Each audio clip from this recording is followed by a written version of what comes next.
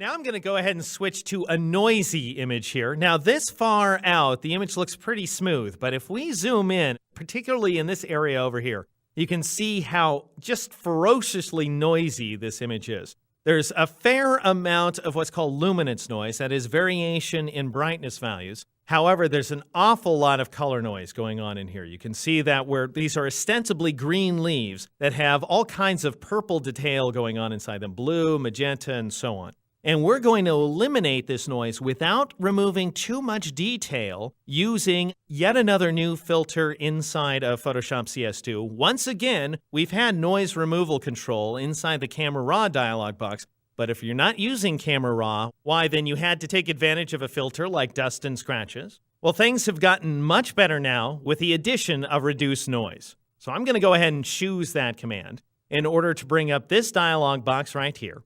Now, the very first value here, strength, allows me to specify how much noise removal I'm applying. And this specifically affects the luminance noise, so where I was telling you the variation in brightness values.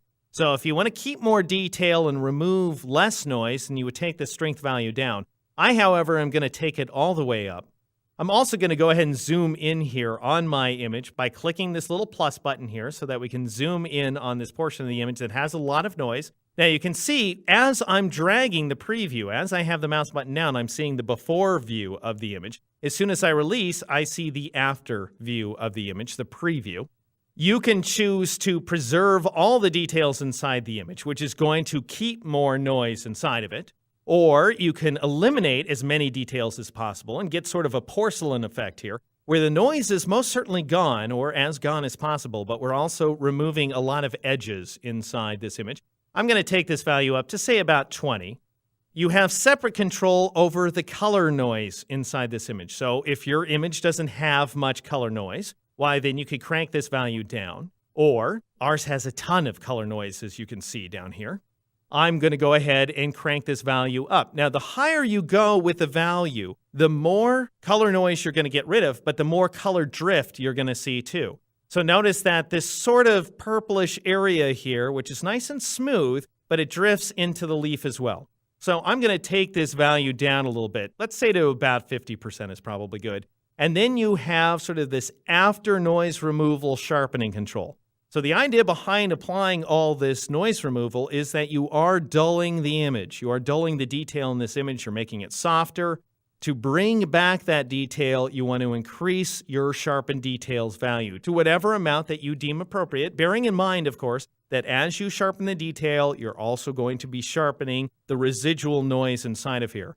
And then finally, if you have a lot of problems with JPEG artifacts inside this image, if there's a lot of JPEG compression going on, you can ask to specifically remove those artifacts. I'm going to leave that checkbox off because my noise has more to do with grain than it does with JPEG. And then I'm going to click OK in order to accept the results of this filter.